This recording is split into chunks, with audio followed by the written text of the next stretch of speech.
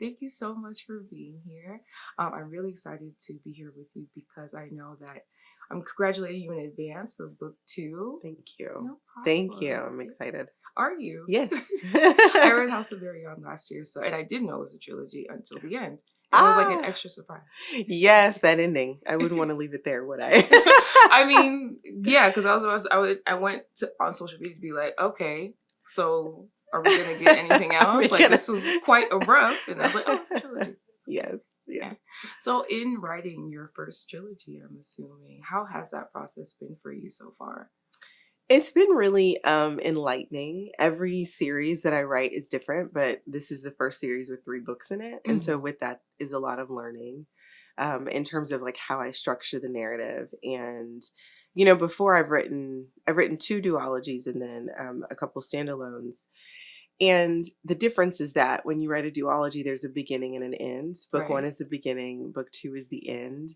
In a trilogy, there's this weird middle book, which is Mm. Shadows of Pearl, where it's like, well, it's not the beginning, it's not the end, and I can't fully wrap up everything. Right. In fact, I have to kind of create new drama. Right. So it was really interesting to explore how to make book 2 uh, really as exciting. And I honestly think book 2 is better than book 1. Oh, Which in a okay. series, I think it's really hard to do that. A lot of times, book 1 Yeah. is the best one, and then Right. they kind of cannot be as exciting from there. But I really set out to make this one as twisty, more dramatic, more deadly. And so I really, really love it, Mm-hmm. even more than book 1. Yeah. I mean, it almost seems like you had maybe more fun writing book two. I definitely was less apprehensive and I trusted Mm. myself more. Mm. Launching a new series with a new publisher and a new team around me was a really amazing experience, especially because everyone was so excited. Right. The publisher from the top down put everything they had behind the book. And Okay. so I was very just grateful and fortunate. And so I wanted to be very um, thoughtful about Mm-hmm. how I came along in that process as a partner. Yeah. And for me, as a writer who suffers from imposter syndrome, I would question myself and never at my editor's fault. She was Mm-hmm. always the biggest encourager. But I would defer to like editorial critique over trusting Mm. myself Mm. as the default. Yeah.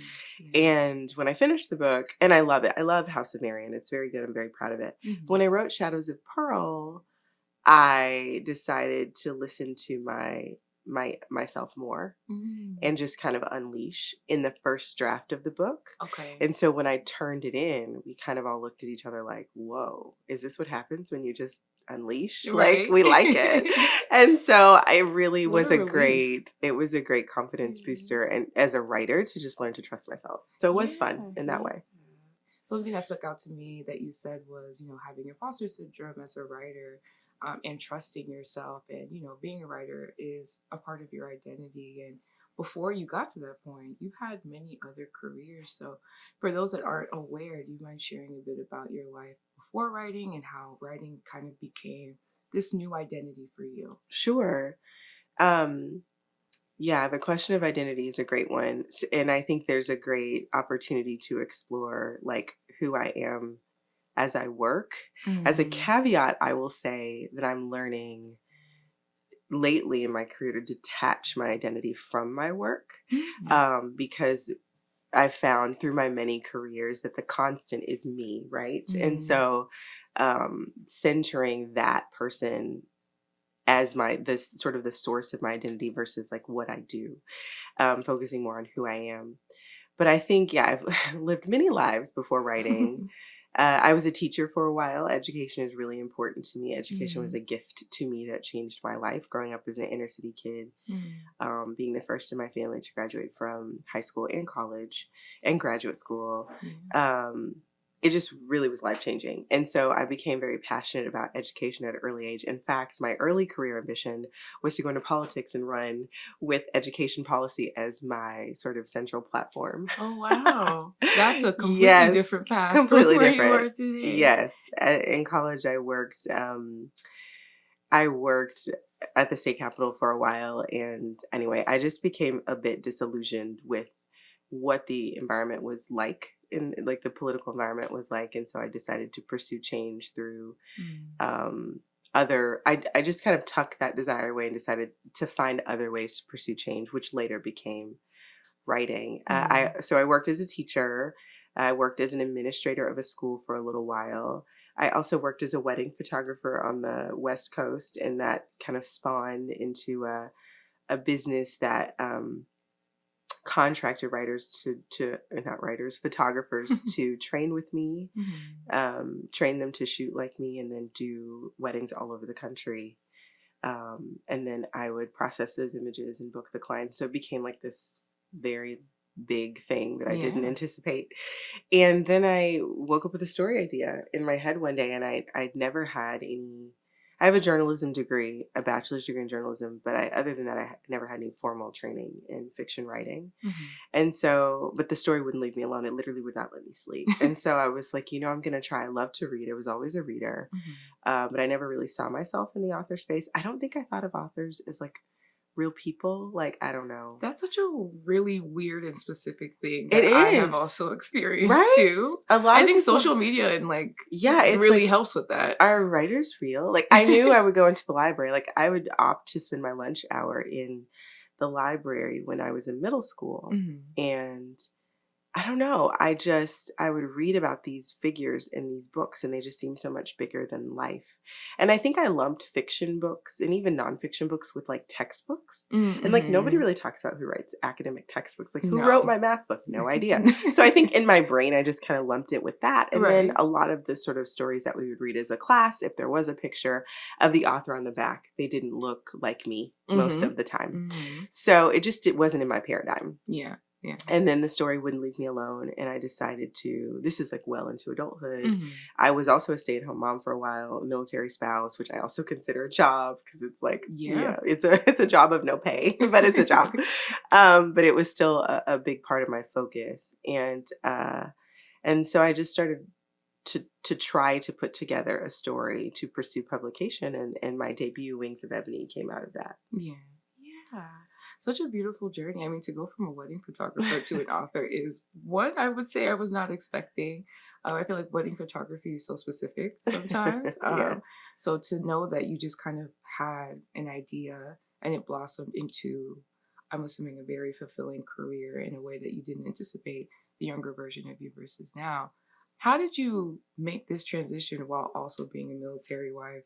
And I'm assuming moving a lot as well too. 9 times in 11 years. Wow, that's so many Yeah, it's a times. lot of moving. We always say we're professional movers now.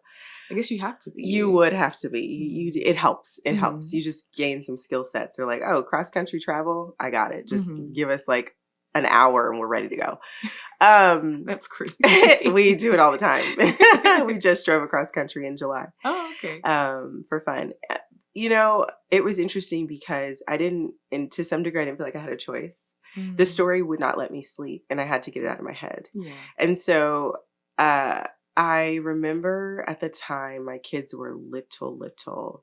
I believe I had one in diapers, one newly potty trained, and then one that was like 5. Mm-hmm. And so I just remember they were like running around all the time.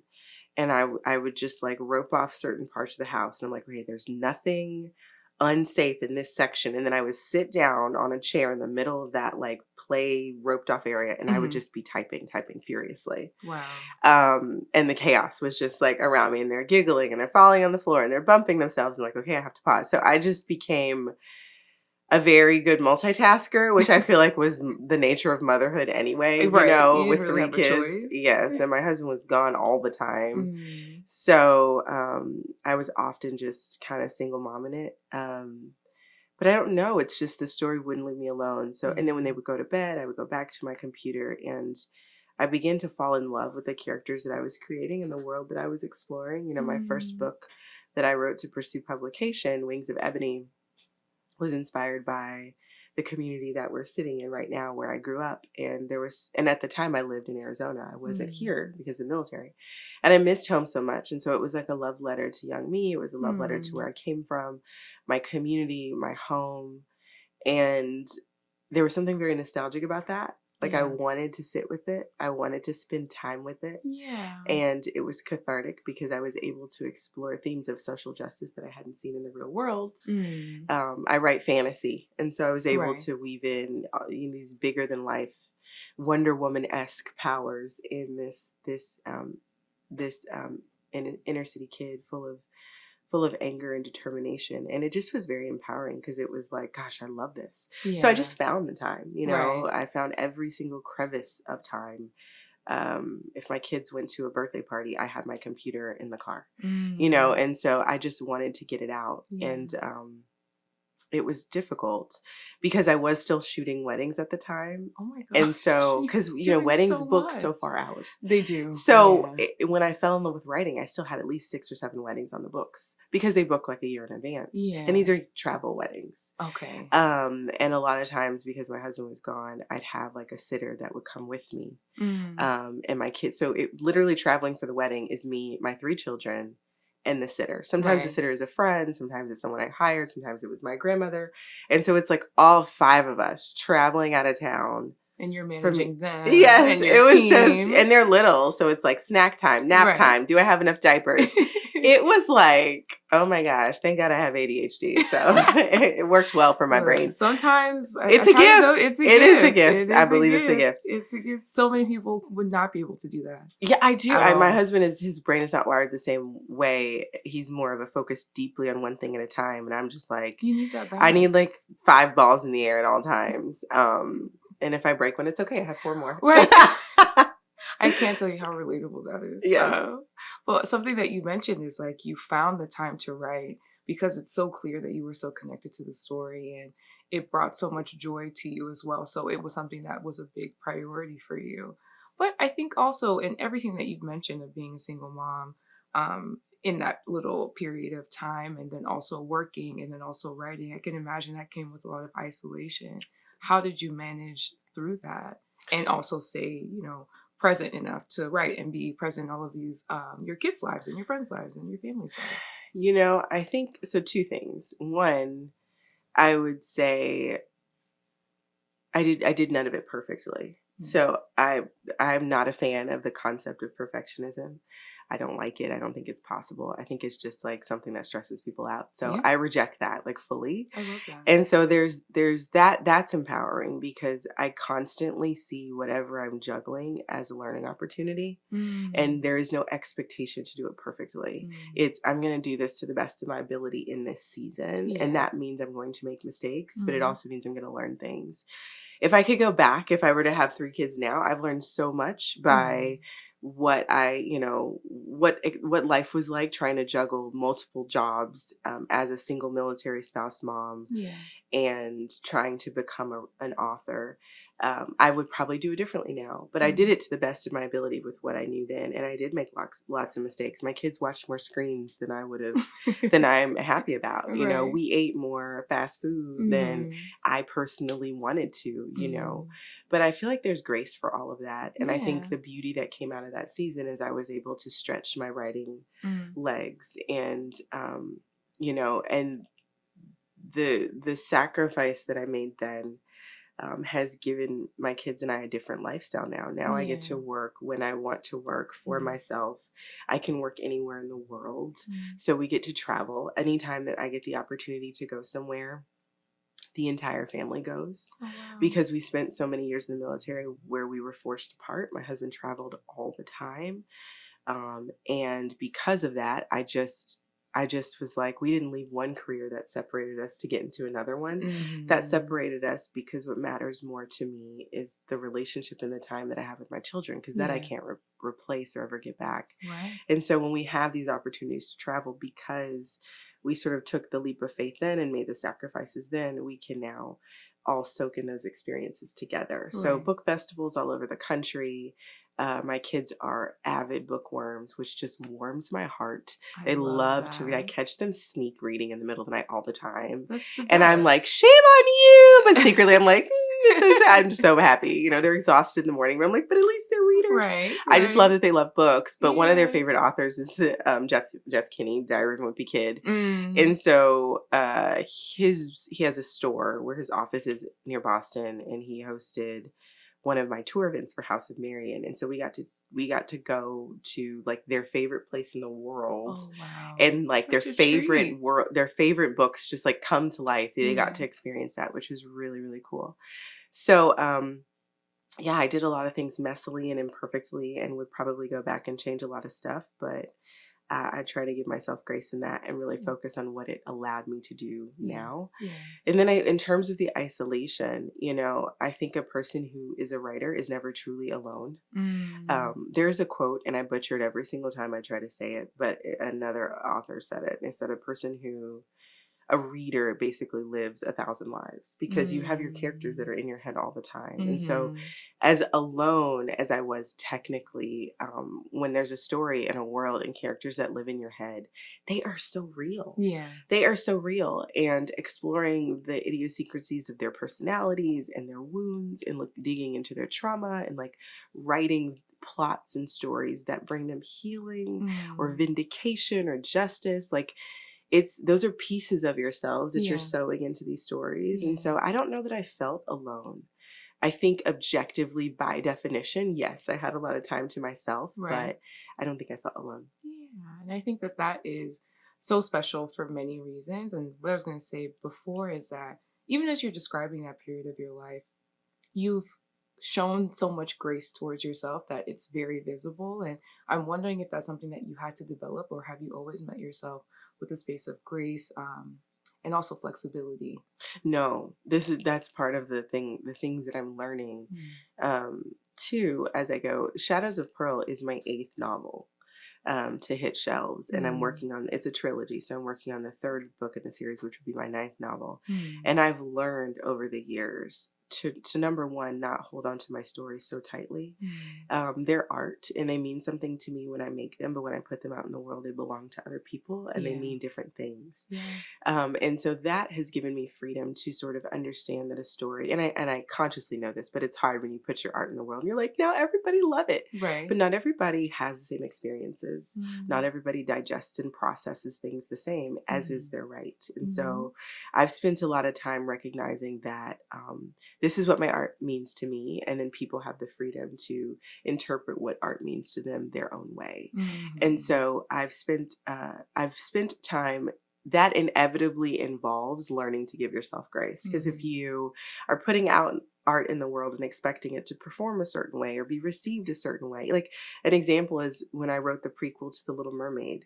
I mean, the pressure to write The Little Mermaid's life when she is Black for the first time. Oh my gosh.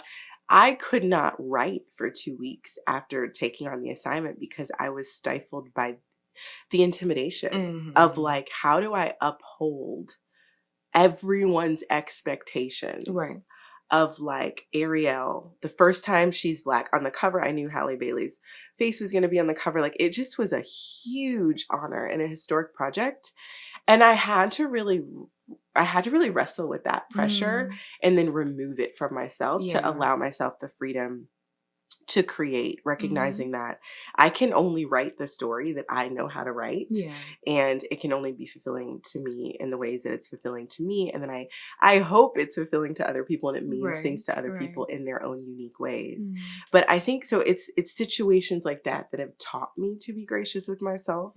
And I feel like I'm still learning that. I'm forever a work in progress. I like to say when I actually became a mom, I was super like type A and organized, and then like motherhood threw all that out of whack.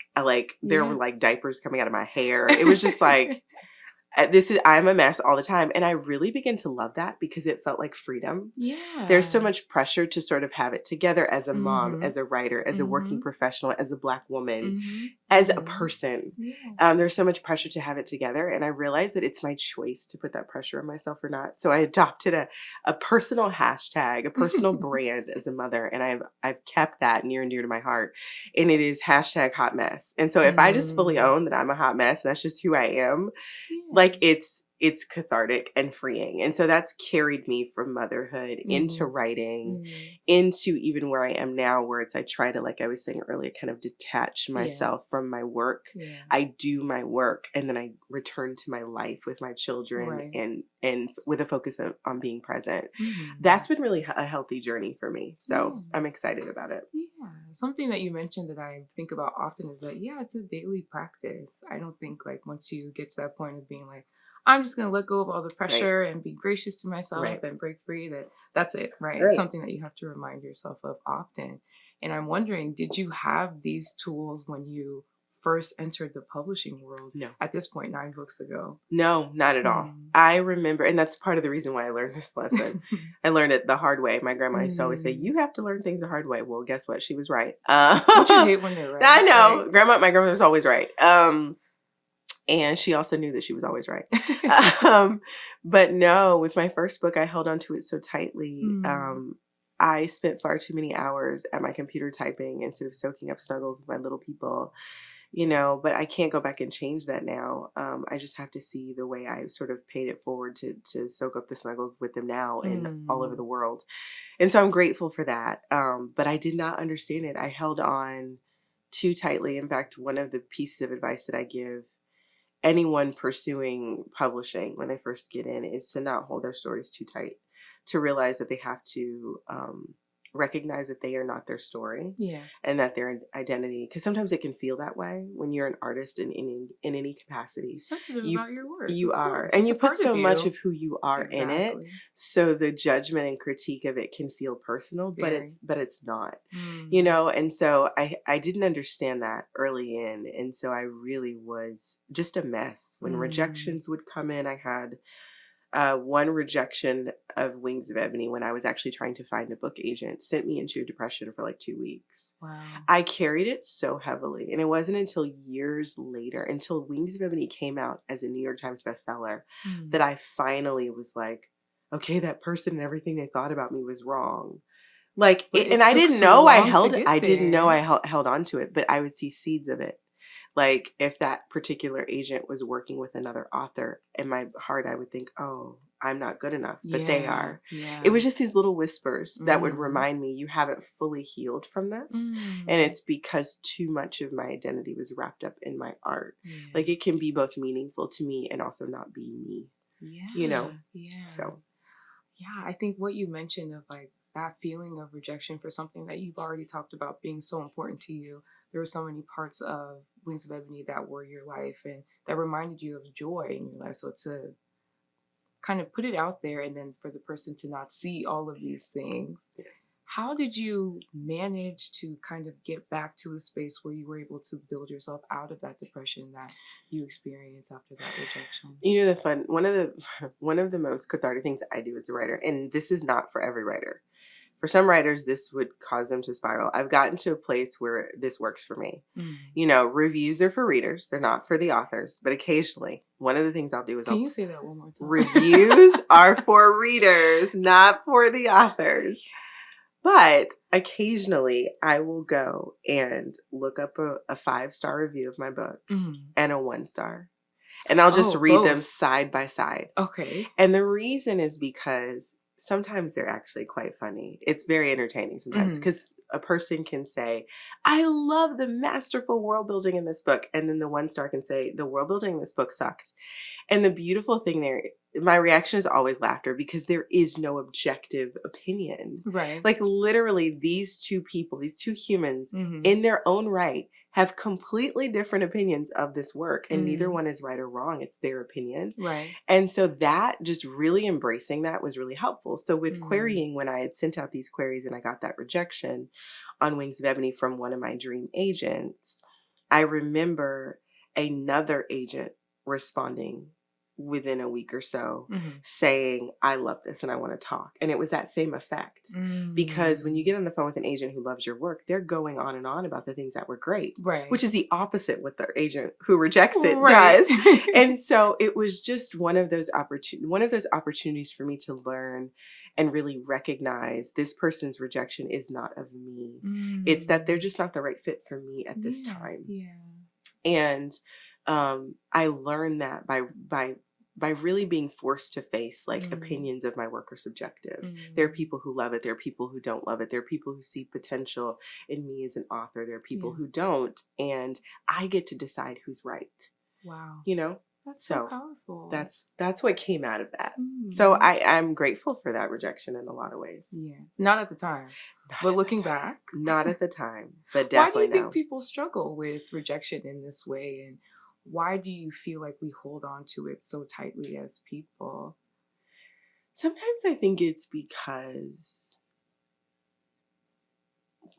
sometimes I think it's because we don't fully, as humans, marginalized, not marginalized. I feel like especially marginalized, just speaking as a marginalized person, but anyone that is human, I think until we have to really face the question of who are we and Mm. really examine what our identity is, Mm-hmm. I think that we are just very accustomed to placing it in things. I think that's just human nature. I think it's Yeah. the way society is run. Yeah. Is your identity is in how you dress. Your Mm. identity is in what you do for work. Your Mm. identity is in your grades. Your identity is in your school. Your identity is fill in the blank. And so I think it's very countercultural to sit down and say, actually, none of those things are my identity. Those are the things that I do. Right. Those are not the things of who I am, which is actually the center of what House of Marion is about. The main character is Exactly. exploring her identity Right. and being what people want her to be, being Mm-hmm. what her magic says she should be, and then really searching to figure out, no, who am I? Mm-hmm. I get to decide. Mm-hmm. And I think that's what it is. I think it's human nature's tendency to kind of just flow with the stream of placing our identity in these things until we have to sit down and say, wait, and I think when you put art out in the world, it's sort of, it that rejection hits you and it's like, whoa, and you have a choice Mm. to define yourself by Mm-hmm. that rejection Mm-hmm. or to separate who you are from that art a little bit Mm-hmm. so that you can recognize this is the work that I created. This is not who I am. Right. That critique is not a critique of who I am. Mm-hmm. It is a critique on the work that I created. Right. So I think it's just our tendency. Yeah. And if you think about just the way school and athletics work, it's always focused on, it's often, nothing is ever always. I should just eliminate that word from All my of us. vocabulary. All of us should. Yes, it is often Mm. focused on results. It's focused on what you produce. And, some of my favorite elementary school teachers are the ones who intentionally at those ground setting, like those foundational ages, Mm-hmm. speaking life into those kids about who they are Yeah. apart from the things that they produce Yeah. to build up that sense of identity early. Yeah. Maybe those kids won't struggle with rejection on their art as much as we do. Yes. I don't know if people understand how it's so key in those formative years to Yes. have someone, anyone, pour into you and pour life into you and make you feel like anything is possible. Sure. Especially when we're talking about creatives, right? Yes. I think a lot of people don't get that experience as children, and then when they get older, they're like, "Oh, maybe I am someone that is an artist." That doubt is already kind of there, Mhm. and it takes a lot of work and effort to unlearn and then rebuild. Mhm. And the nature of creativity in general, right? Like Mhm. so much of what we do in schools, understandably, is very focused on sort of the logic side of academia. And so I don't see as much of an emphasis on the creative arts Mhm. in many schools. And Yeah. I think the challenge there is that if we're just judging everyone on sort of their math ability, you have a very objective standard. Either you know the math or you don't know the math. But when it comes to kids who are gifted creatively, Mhm. there's a subjective standard there Mhm. that's actually, in my opinion, a reflection of diversity. Mhm. It's like you can be good at this and not good at this. I have a daughter who's an exceptional artist. Math is her nemesis. It's not as easy for her. She can still do it, Yeah. but it's not as easy for her as it is for my son, for Right. example, who, if you asked him to color a picture, it's probably not going to be as fantastic as the Mhm. oldest one. Like they have different giftings. Mhm. And so I think that kids being empowered in that way helps them understand that we are diversely Yeah.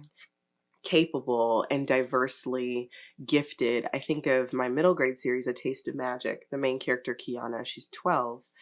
She is learning that about herself because she's a straight C student. Her best friend is math club president.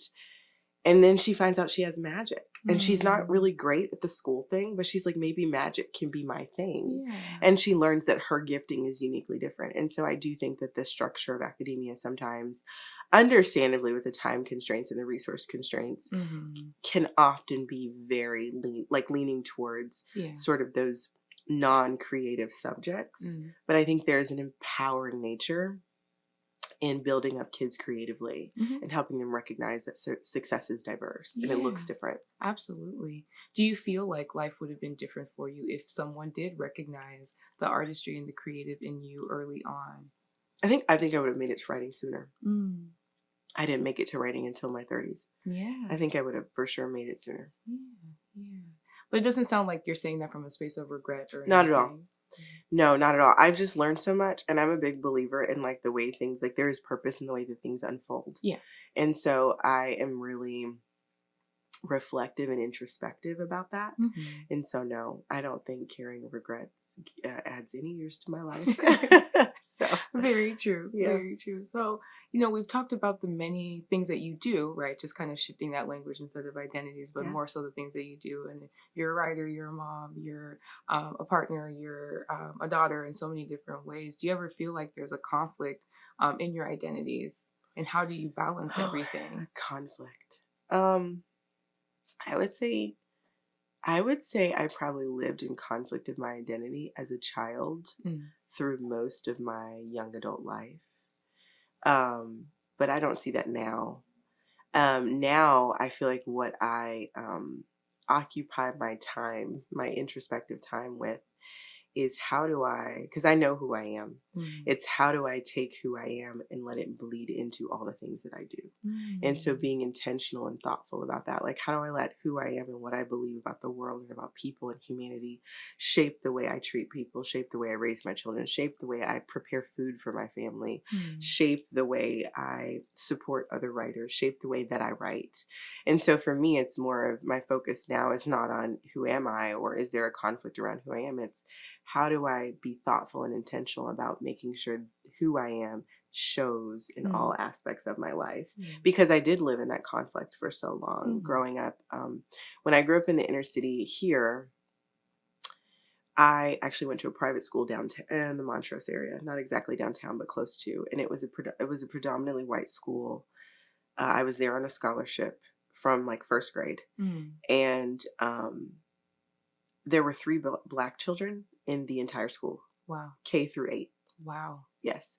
And the other two black families, their parents were both lawyers. Mm. That was not our financial situation at all. And so there was a major identity crisis for me. I didn't see people that looked like me. I didn't read books Mm. where characters who looked like me were centered joyfully. I read The Adventures of Huckleberry Finn. That was the first time I saw a black character in a book, and that was Yeah. not a Not a great warming one. portrayal. Not No, a and great just the one. attention it brought in the Mm. classroom to me. I just was constantly reminded that I am different, Yeah. Yeah. socioeconomically. My race is different than most of the people in the room.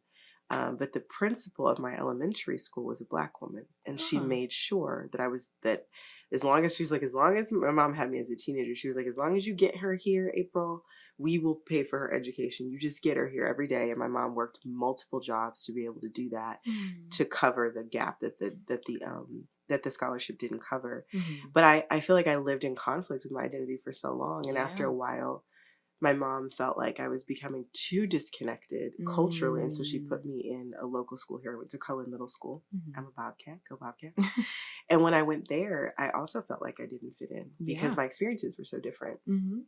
And I had never been around so many people who looked like me.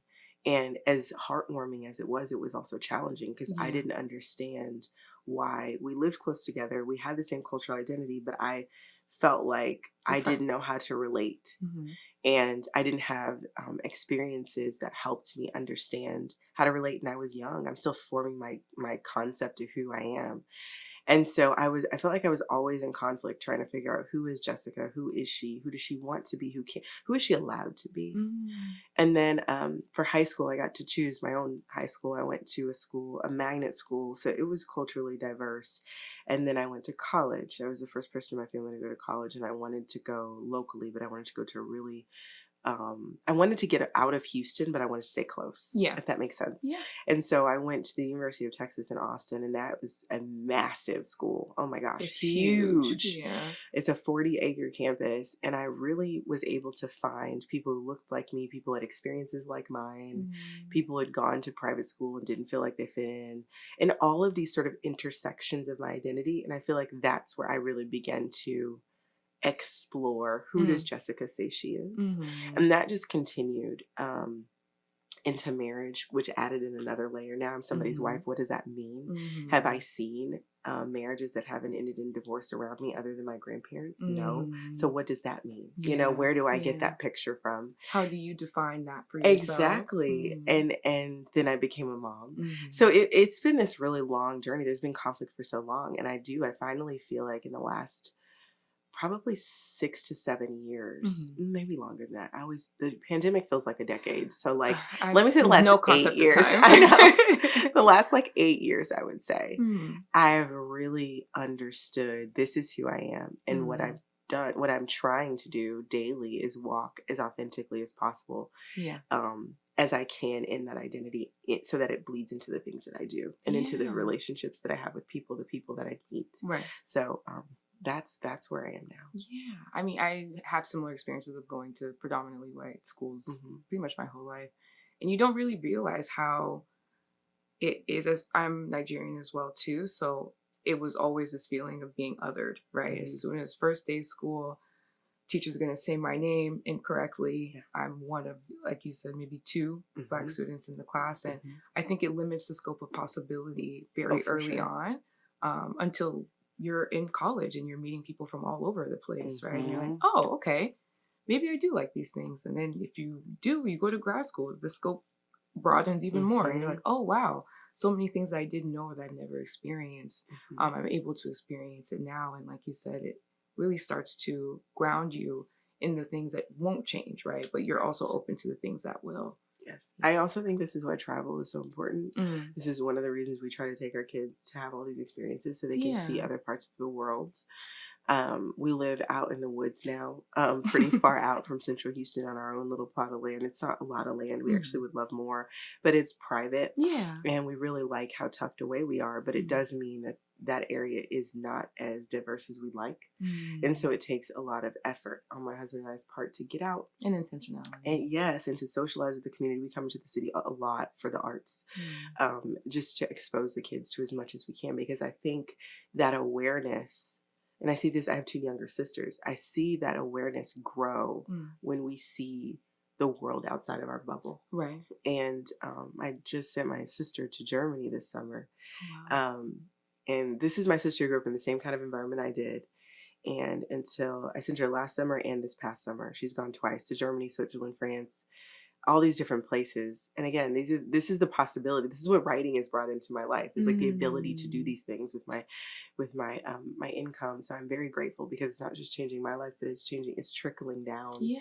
And it's that worldview thing, right? It's like, I know who I am, and because I know who I am, I want that to bleed into my relationship with my sister. Exactly. And the first time she would travel abroad, she came back literally glowing. Wow. Because she had never left. She actually stayed in our inner city community until her dad passed away last year. And then they moved to like the Katy area. But she had never seen anything outside of where we grew up. Wow. Ever. And she was 16 at the time. And so I was trying to explain to her the 9 moves in 11 years. There's so much world out there. Yeah. And nobody gets to tell you where you fit into it. You need to go see it. And so for her to be able to do that has really changed her understanding of what does it mean to be me. Yeah. You know, her saying that and really giving her power over that has really blessed me to see. Yeah. And I think, you're highlighting a lot of the positives based off of decisions that you made as well too, and you're seeing that trickle effect kind of go down. As someone that focuses more on young adult writing, do you feel like you're exploring a lot of the things that we talked about throughout your childhood and your teenage years through the books that you write as well too? Has that brought any sort of healing for you? Absolutely. I see more and more through conversations like this. I see more and more of how much I've bled on the page. With Rue, my debut duology being about protecting her home and her community and reconnecting with her roots and understanding how special she is. And then with A Taste of Magic, with being able to understand that kids, especially kids, have different abilities and gifts and things that make them special, and we really need to be, just as adults, nourishing that instead of showing them this sort of narrow path of success and identity. Right. And then with House of Marion, in this trilogy, you see so much of just Kel beginning to understand what it means to know, who am I? Yeah. I'm not just my grandmother's granddaughter. I'm not just my mother's child. I'm not just this person with forbidden magic. I'm not just the girl that boy loves. Right. I am someone that I get to decide. And so all of these books, I think, explore these intersections of my journey, whether on accident or on purpose. Like you said, when you're able to reflect and be like, oh, exactly. Okay. Yeah, here Interesting we are. that I put that in there. Just on the page, all my business. Yeah. So a final question that I like to ask usually on the show, and one that I think is so fitting, is what would teenage you think of the life that you live right now? I don't think I can conceive. Okay, high school me had her head on straight a little bit more. Middle school me was like deer in headlights. Middle school me would have been like, I don't believe that. Whatever. Middle school hormones. Right. Oh, what a terrible time. High school me was very ambitious. High school me, I remember coming home in 9th grade, telling my grandmother, no one in my family had even graduated high school. And so I think they both have GEDs, but they didn't actually get a high school diploma. And so I remember coming home telling my grandmother, I'm going to go to the University of Texas. And she was like, with what white people's money is what she said to me. I was like, I don't have that part figured out yet. Right. But I'm going. Yes, yeah. I'm going. And I used to get on her computer and like print out things from their website and put it in a binder. And I would go to the counselor and she's like, okay, we need to have this conversation in like 2.5 years. Like, not now. But I was always really just ambitious in exploring who I am as a thought leader. So in high school, I was very big into like leading all the clubs and organization. If there wasn't a club, I'm going to start one. And really kind of taking life by the horns. And so I think that Jessica would have believed it. Yeah. And been excited about it. Yeah. It was like, oh, this was the plan all along, of course. Yeah. I mean, I don't think she knew that you were going to take lots of detours to get here. No, not at all. Not at all. Well, I mean, this conversation has, for me, felt very encouraging in many ways. And I think I'm taking away really trying to embrace grace and flexibility, and also recognizing my own artistry. So thank you so much for being here. It was such a joy. Thank you for such perceptive questions. This was a very life-giving conversation. Oh, I'm so glad to hear that. It was. Thank you. Yeah.